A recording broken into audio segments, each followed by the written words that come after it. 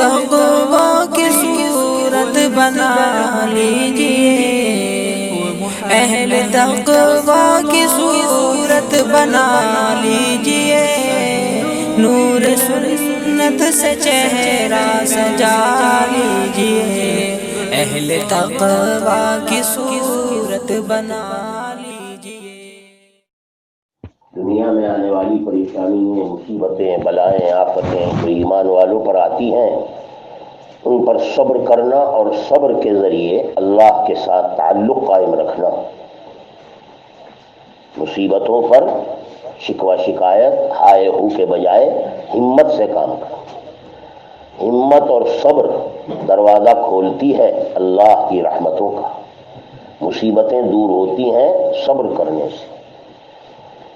اس سلسلے میں ایک بہت بڑی دستاویز اور بڑا متبرک والا نامہ حضرت نبی پاک صلی اللہ علیہ وسلم کا حضرت معاذ بن جبل کے نام۔ حضرت معاذ بن جبل بڑے مشہور صحابی، حضرت نے فرمایا ان کے بارے میں، اعلم الحلال والحرام معاذ بن جبل، حلال و حرام کا سب سے زیادہ جاننے والا معاذ بن جبل ہے۔ یمن کا گورنر بنا کر بھیجا حضرت نے ان کو۔ وہاں پہنچنے کے بعد ان کے ایک نوجوان صاحبزادے کا انتقال ہو گیا۔ حضرت نے ان کو تعزیت نامہ لکھا جو آج تاریخ میں محفوظ ہے، اور حضرت کے گرامی ناموں میں بڑا قیمتی گرامی نامہ ہے جو تمام ایمان والوں کے لیے عبرت، موعظت، نصیحت کا سامان رکھتا ہے۔ اندازہ ہو کہ کس طرح تعزیت کی جاتی ہے۔ خود حضرت تعزیت فرما رہے ہیں اپنے ایک صحابی کی لاڈلے بیٹے کے انتقال پر۔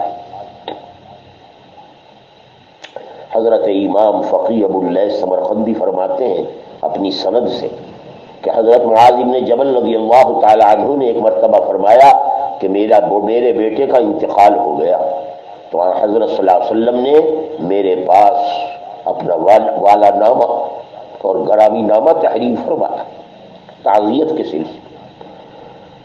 خط کے اندر ہی لکھا ہوا تھا، یہ خط محمد رسول اللہ صلی اللہ علیہ وسلم کی جانب سے ہے معاذ بن جبل کے نام۔ السلام علیکم ورحمۃ اللہ، میں اللہ تعالیٰ کی حمد کرتا ہوں جس کے سوا کوئی معبود نہیں، اور اس کے بعد یہ کہ اللہ تمہارے اجر کو بہت بڑھائے۔ اس حادثے اور واقعے پر اللہ تمہارے اجر کو بہت بڑھائے اور تمہیں صبر کی توفیق عطا فرمائے۔ دیکھو ہمیں اور تمہیں شکر کی توفیق بھی اللہ ہی بخشنے والے ہیں۔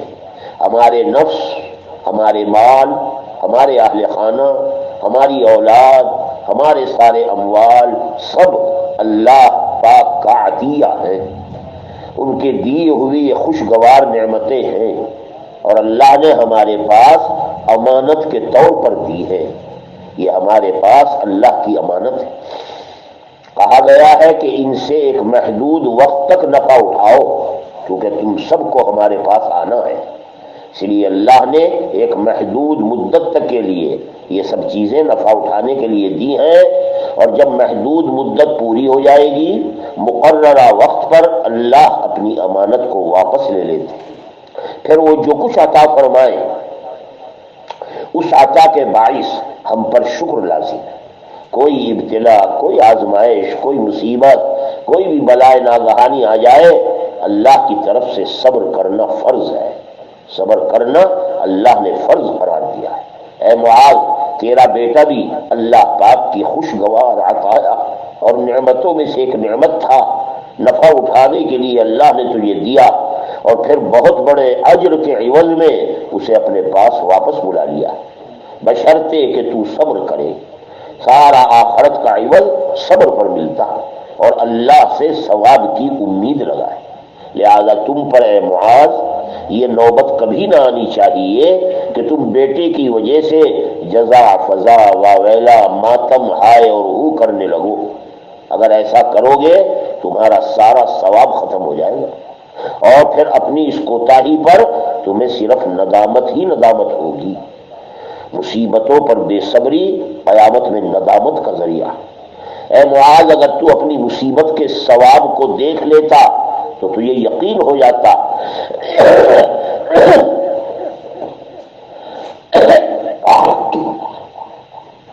اے معاذ، اگر تو اپنی مصیبت کو دیکھ لیتا،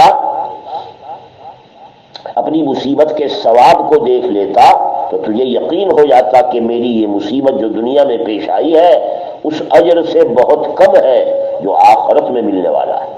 یقین جانو کہ جزا اور فضا، ہائے اور رونا پیٹنا میت کو واپس نہیں لاتا، میت اس کے ذریعے واپس نہیں آتی، بلکہ غم بھی دور نہیں ہوتا، بلکہ غم دور ہونے کے بجائے اور بڑھ جاتا ہے۔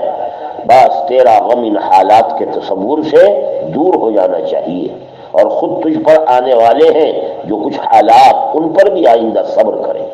والسلام علیکم، یہ حضرت کا گرامی نامہ ہے۔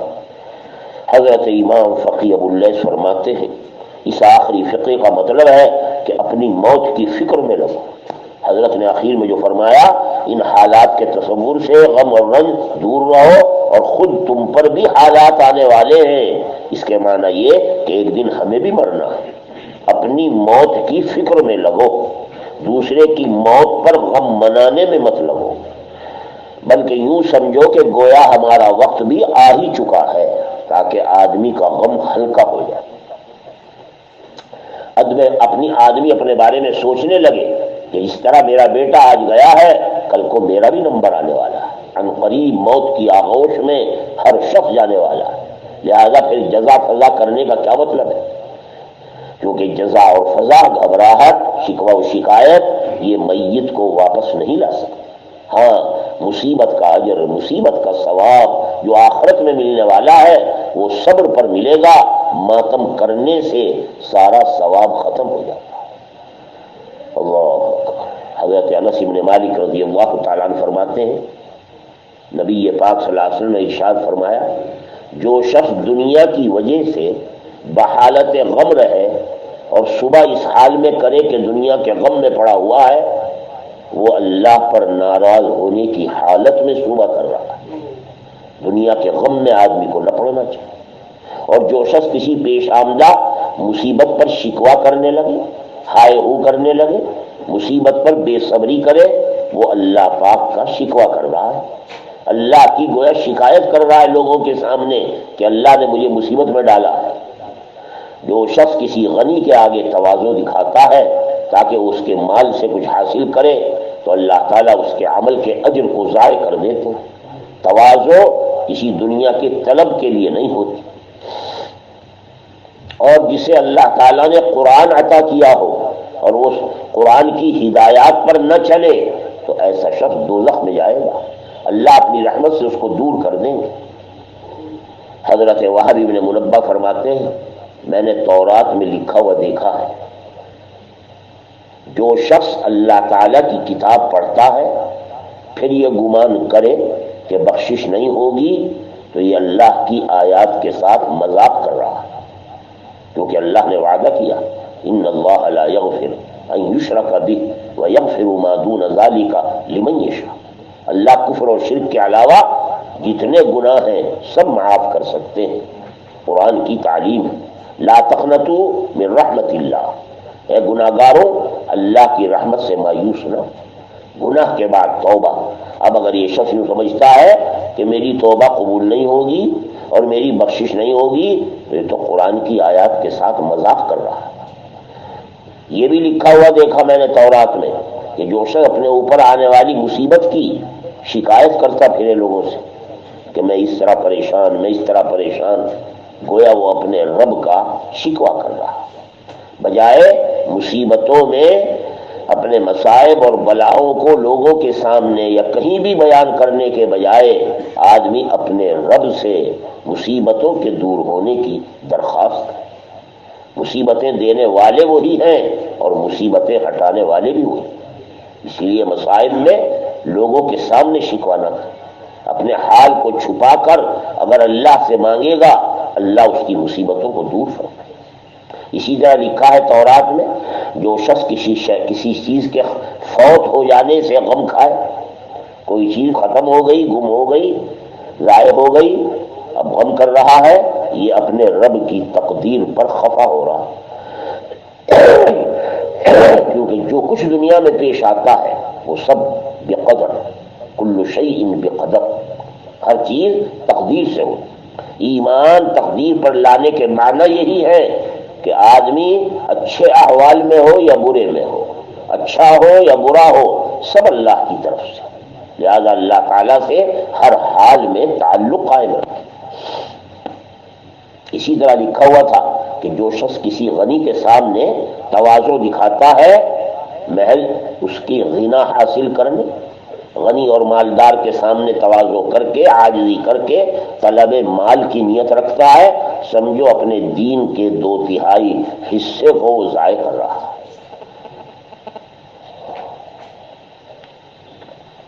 حضرت ابو ہریرہ رضی اللہ تعالیٰ عنہ کا ارشاد ہے کہ جس شخص کے 3 بچے فوت ہو جائیں دنیا میں تو وہ دوزخ میں صرف اللہ تعالیٰ کے اس قول کو پورا کرنے کے لیے جائے گا جو قرآن میں ہے، یعنی جہنم پر سے گزرے گا، جہنم میں کبھی داخل نہیں ہوگا۔ جہنم پر سے گزرنا ہر شخص کے لیے ہے، کیونکہ قرآن نے کہا ہے وَإِن مِّنكُمْ إِلَّا وَارِدُهَا كَانَ عَلَى رَبِّكَ حَتْمًا مَّقْضِيًّا، جتنے بھی لوگ ہیں، ایمان والے ہو یا بے ایمان ہو، سب کو اللہ جہنم پر سے گزاریں گے۔ ایمان والے بس سلامت ایمان اور اعمال ایمان کی برکت سے گزر جائیں گے، اور جتنے بے ایمان ہیں، فاسق، فاجر، منافق، مشرک، وہ اپنے اعمال کی وجہ سے جہنم پر سے کٹ کر، گل صراط پر سے کٹ کر جہنم میں گرے۔ تو اللہ تعالیٰ نے چونکہ یہ اعلان کیا ہے کہ تم میں سے ہر شخص کا گزر جہنم پر سے ہوگا، بس اس ارشاد پاک کی وجہ سے اس شخص کو دوزخ کے پاس سے گزارا جائے گا، لیکن 3 بچوں کے مرنے پر جو اس نے صبر کیا وہ اسے جنت میں لے جانے والا۔ حضرت آقا کریم صلی اللہ علیہ وسلم کا ارشاد ہے جس مسلمان کو جب کوئی مصیبت پیش آئے، پرانی ہو یا نئی ہو، ہمیشہ مصیبت پر انا للہ پڑھے۔ ہم لوگ تازہ مصیبتوں کو سن کر دیکھ کر انا للہ پڑھتے ہیں، اور بعد میں پھر کبھی اس مصیبت کا خیال اور دھیان ذکر تذکرہ آئے تو ہم یہ کلمہ بھول جاتے ہیں۔ ہمارے آقا نے فرمایا جب بھی کوئی مصیبت پرانی ہو یا نئی، آدمی اس پر انا للہ پڑھے تو اس کو وہی ثواب ملے گا جو پہلی مرتبہ مصیبت پر پڑھنے میں ملا ہے، صبر کرنے کا اجر ملے گا۔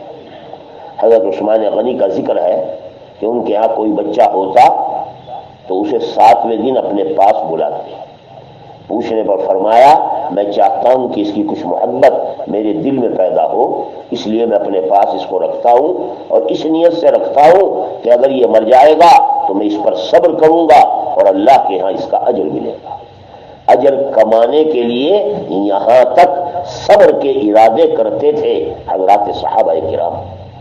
حضرت انس بن مالک فرماتے ہیں کہ ایک شخص اپنے بچوں کو ساتھ لے کر حضرت کی خدمت عالیہ میں اکثر آتا ہے، مجلس میں وہ خود بھی اور اس کا چھوٹا سا بیٹا بھی۔ اتفاقاً قضائے الہی اس بچے کا انتقال ہو گیا، اس کی وجہ سے باپ بھی کچھ دن تک مجلس میں نہیں آ سکے۔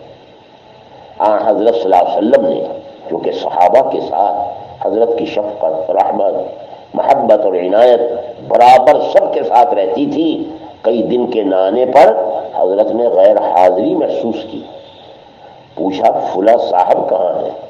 مجلس میں آتے تھے اب نہیں آ رہے۔ صحابہ نے عرض کیا یا رسول اللہ، وہ اپنے بیٹے کو لے کر آیا کرتے تھے اور اس سے ان کو بہت محبت تھی، بچے کا انتقال ہو گیا۔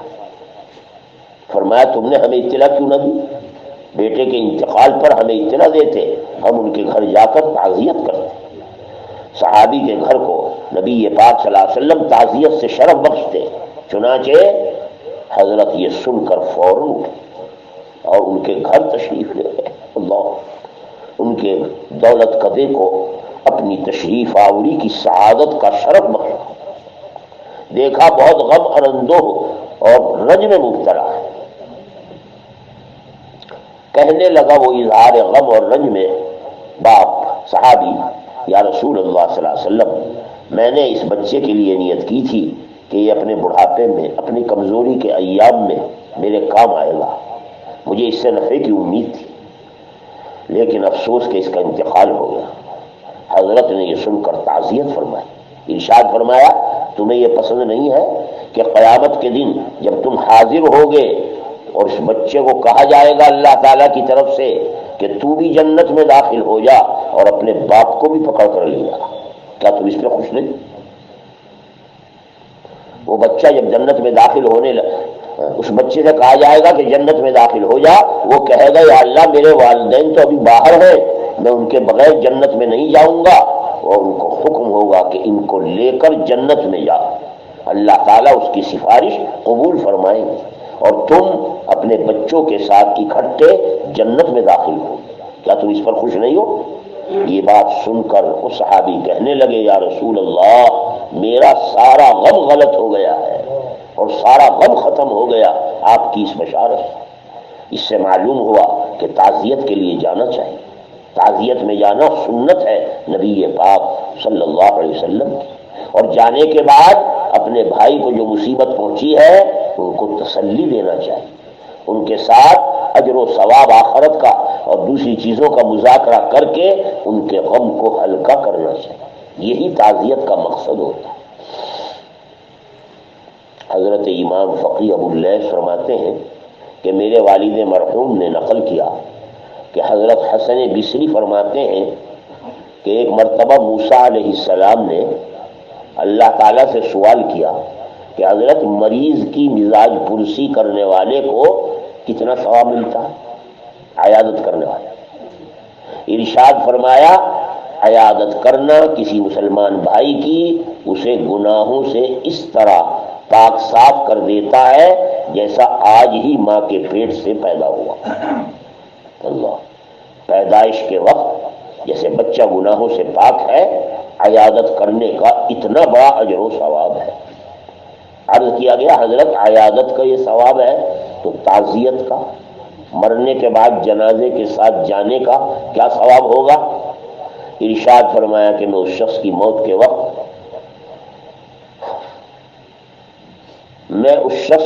کے وقت فرشتے بھیجوں گا جو قبر تک جھنڈے لے کر ساتھ چلیں گے اور پھر میدان حشر تک اس کے ساتھ رہیں گے۔ عرض کیا گیا یا اللہ کسی مصیبت زدہ کی تسلی اور تعزیت میں کیا اجر ہے؟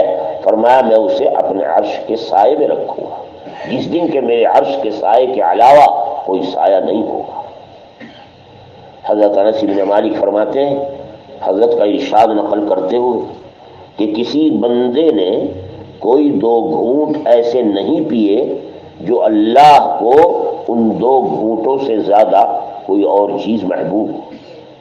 2 گھونٹ اللہ کو سب سے زیادہ محبوب۔ ایک غصے کے وقت آدمی غصے کا گھونٹ پی جائے، غضب کا گھونٹ جسے بردباری کہا گیا، پریشانی کے وقت میں، غصے کے وقت میں آدمی تحمل بردباری کرے اور بردباری کرنے کی وجہ سے بجائے انتقام لینے کے اپنے کو نیچے اتارے، ایک یہ شخص، اس کا گھونٹ اللہ کو سب سے زیادہ محبوب ہے۔ دوسرا وہ گھونٹ جو مصیبت کے وقت آدمی صبر کے ذریعے پیتا اور نگلتا ہے، آدمی کو مصیبت پر صبر کرنا چاہیے۔ یہ 2 گھونٹ اللہ کو بہت پسند ہے۔ غصے کے وقت بردباری، مصیبت کے وقت میں صبر کرنا اور اللہ سے اجر کی امید رکھنا۔ ایسے ہی فرماتے ہیں حضرت انس بن مالک کہ دیکھو 2 قطرے بھی اللہ کو سب سے زیادہ محبوب ہے، ان 2 قطروں سے زیادہ کوئی قطرہ اللہ کو پسند نہیں۔ ایک اللہ تعالیٰ کی راہ میں شہید ہونے والے کے خون کا قطرہ اللہ کو سب سے زیادہ پسند، اور دوسرا رات کی تاریکی میں اپنے گھر میں مصلے پر اللہ کے سامنے راز و نیاز کرتے ہوئے آدمی کی آنکھ سے کوئی آنسو کا قطرہ نکل جائے، اللہ کو یہ سب سے زیادہ پسند ہے، جو اپنے رب کے حضور وہ پیش کر رہا ہے اور اسے اللہ کے علاوہ کوئی دیکھنے والا بھی نہیں ہوتا۔ رات کی تاریکی میں تہجد والا عمل خالص ہوتا ہے اور صاف ہوتا ہے، ریاکاری سے بچا ہوا۔ اور سنو کسی بندے نے دو قدموں سے بڑھ کر کبھی کوئی قدم نہیں اٹھایا جو اللہ کو زیادہ پسند ہو. ایک وہ قدم جو فرض نماز کی ادائیگی کے لیے مسجد کی طرف اٹھ رہا، اور دوسرا وہ قدم جو رشتہ داروں کے لیے صلہ رحمی کرنے کے لیے ان کے پاس جانے کے لیے اٹھ رہا. تو دو قدم یہ محبوب، دو قطرے یہ محبوب، اور دو گھونٹ ایک غصے والا، مصیبت پر صبر والا اللہ کو سب سے زیادہ محبوب ہے. حضرت ابو درداء سے روایت ہے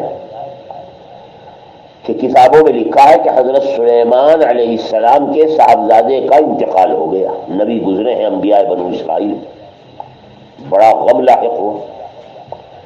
جب زیادہ غمگین ہوئے تو ان کے پاس دو فرشتے حاضر ہوئے اور بظاہر انسانی شکل میں آئے، کیونکہ اللہ اپنے بندوں کا، اپنے نبیوں کا امتحان بھی لیتے. وہ دونوں انسانی شکل میں آئے اور اس انداز سے آئے جیسے آپس میں کوئی لڑائی جھگڑا ہو اور مقدمے کا فیصلہ ہو. باہمی تنازعہ اور مقدمہ لے کر آئے اور آ کر کہنے لگے حضرت میں نے ایک فصل بوئی تھی، ابھی کاٹی نہیں تھی، یہ شخص آ گیا اور میری ساری فصل برباد کر ڈالی. آپ نے دوسرے سوال کیا کیوں بھائی، کیا یہ بات ہے؟ کہنے لگا کہ میں اپنے راستے پر چلا جا رہا تھا، جو راستہ تھا سامنے اس کی فصل آ گئی، میں نے دائیں بائیں ہٹ کر راستہ صاف کیا اور اس راستے کی صفائی میں اس کے کھیت کا کچھ حصہ بھی غائب ہو گیا. حضرت سلیمان علیہ السلام پہلے شخص سے فرمانے لگے تو نے راستے میں فصل کیوں بوئی کہ راستہ چلنے والوں کو اسے کاٹنا پڑا؟ تو نے فصل کی کاشت راستے پر کیوں کی؟ تجھے معلوم نہیں تھا کہ لوگوں کو یہاں سے چلنا ہے اور یہ لوگوں کے راستے کی ضرورت ہے؟ فرشتہ کہنے لگا تو پھر آپ بچے کی وجہ سے اتنے غمزدہ کیوں ہو رہے ہیں؟ کیا آپ کو معلوم نہیں ہے کہ موت آخرت کا راستہ ہے؟ روایت میں ہے کہ حضرت سلیمان علیہ السلام نے یہ سن کر فوراً اللہ تعالیٰ کی بارگاہ میں توبہ اور درخواست کی کہ اے اللہ آئندہ میں اس طرح کا غم کبھی نہیں مناؤں گا جو آپ کی ناراضگی کا ذریعہ. اللہ نے فرشتوں کے ذریعے انہیں اس طرح تعزیت اور تسلی کا سامان دیا. اور بھی واقعات روایات میں مصیبتوں پر، موت پر، انتقال پر تعزیت کے احادیث شریفہ میں وارد ہے. حضرت عبداللہ ابن عباس، حضرت کے چچا زاد بھائی، ان کا واقعہ ہے کہ سفر کی حالت میں کسی نے اطلاع دی کہ آپ کی صاحبزادی کا انتقال ہو گیا. یہ سن کر انا للہ و انا الیہ راجعون پڑھا اور پھر فرمایا دیکھو اللہ نے مجھے ایک بیٹی پردے والی دی تھی، اللہ نے پردے کے ساتھ مجھے دی ہے اور اس کو اپنے پاس بلایا، مجھے ذمہ داری سے اللہ نے ہلکا کر دیا اور یقیناً اس میں اجر ہے. اور اس کے بعد کھڑے ہو کر 2 رکعت نماز پڑھی اور فرمایا بھائی ہم نے وہی کیا ہے جس کا قرآن نے حکم دیا. قرآن نے کہا ہے وَاسْتَعِینُوا بِالصَّبْرِ وَالصَّلَاةِ، جب مصیبت آئے صبر کرو، اللہ سے اجر کی امید پر آدمی اپنے کو ہلکا کرے اور نماز پڑھے. وَالصَّلَاةِ، اس لیے ہم نے نماز پڑھی ہے تاکہ ہمارے لیے مصیبت میں غم کے زائل ہونے کا ذریعہ ہو.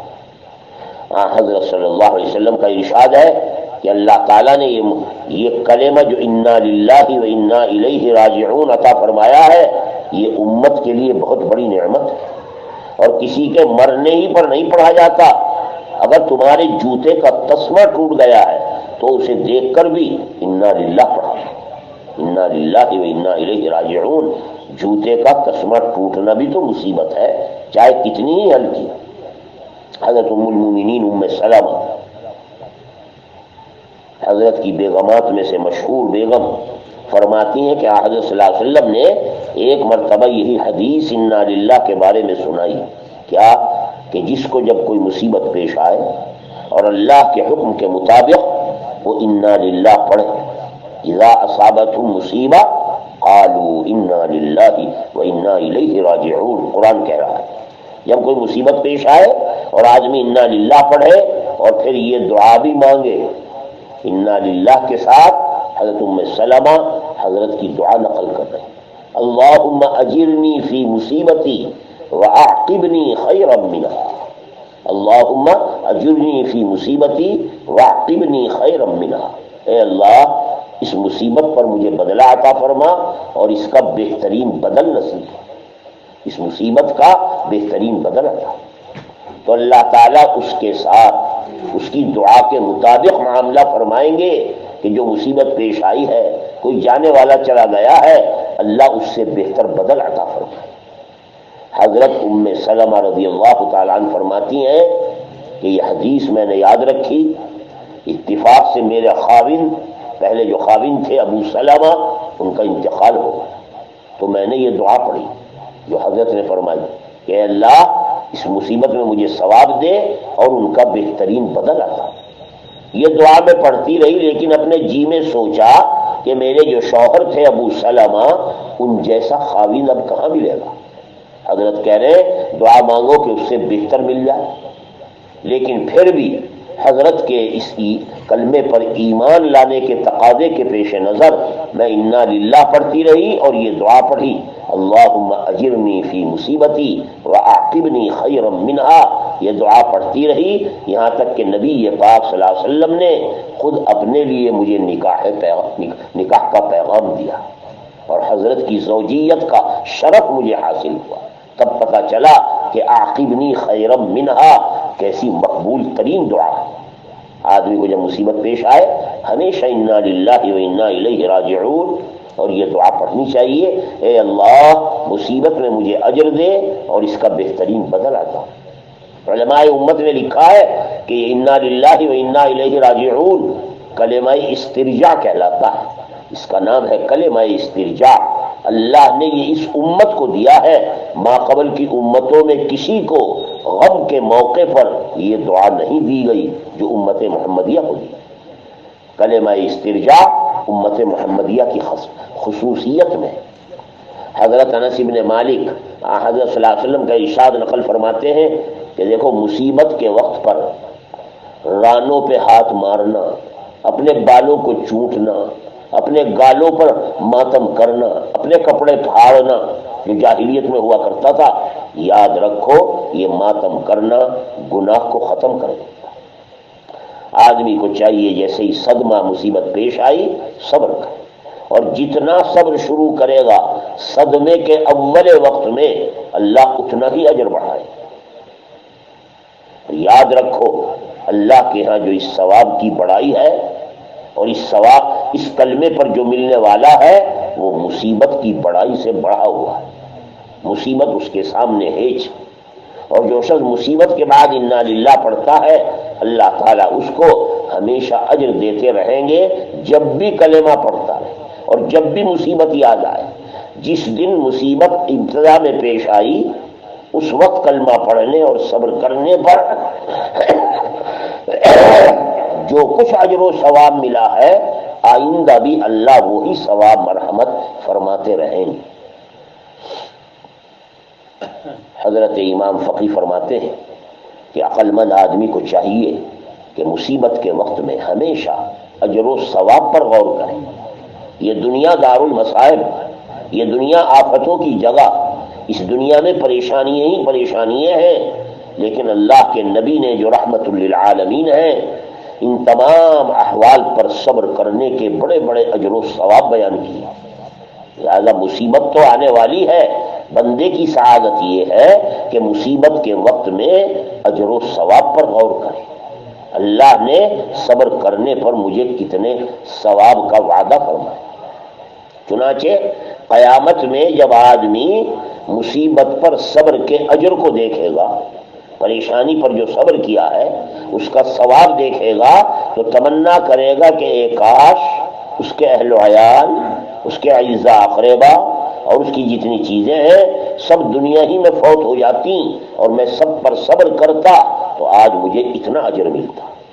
آج اس مصیبت کا اجر و ثواب حاصل کر کے یہ تمنا کرے۔ قرآن کریم میں ایمان والوں کے لیے دنیا کے ان حالات کے لیے یہی سبق سکھایا گیا، مصیبتوں پر صبر۔ وَلَنَبْلُوَنَّكُمْ بِشَيْءٍ مِّنَ الْخَوْفِ وَالْجُوعِ ونقص من الاموال والانفس والثمرات وبشر الصابرين الذين اذا اصابتهم مصيبة قالوا انا لله وانا اليه راجعون اولئك عليهم صلوات من ربهم ورحمة واولئك هم المهتدون. کس قدر عظیم الشان تعلیم دی گئی. قرآن کہتا ہے ہم لوگ تمہیں اے ایمان والو دنیا میں آزمائیں گے، خوف کے ذریعے، بھوک کے ذریعے، مال و جان کے نقصان کے ذریعے، باغات کے اندر پھلوں کی کمی کے ذریعے، اور جو بھی آزمائش ہے اللہ جو بھی امتحان بندے کا دنیا میں لے، آپ ان صبر کرنے والوں کو جو ان تمام امتحانات میں صبر کرتے ہیں بشارت دے دیجیے محمد صلی اللہ علیہ وسلم کہ جب ان پر کسی قسم کی کوئی مصیبت آئے گی اور وہ انا للہ و انا الیہ راجعون پڑھیں گے تو اللہ کی طرف سے ان پر خاص خاص عنایتیں ہوں گی اور عام رحمت بھی ہوگی. اور یہی لوگ ہیں جو صحیح راہ یافتہ، یہی لوگ ہیں جو ہدایت یافتہ.